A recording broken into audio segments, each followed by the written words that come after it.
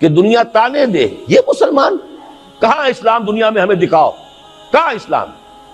یہ مسلمان کیا اسلام پر کار بن رہے ہیں؟ جارج برنارڈ شاہ نے کہا تھا کہ میں جب قرآن پڑھتا ہوں تو محسوس کرتا ہوں اس سے بہتر کتاب کوئی ممکن نہیں، لیکن جب مسلمانوں کو دیکھتا ہوں تو محسوس کرتا ہوں ان سے زیادہ ذلیل قوم دنیا میں کوئی نہیں۔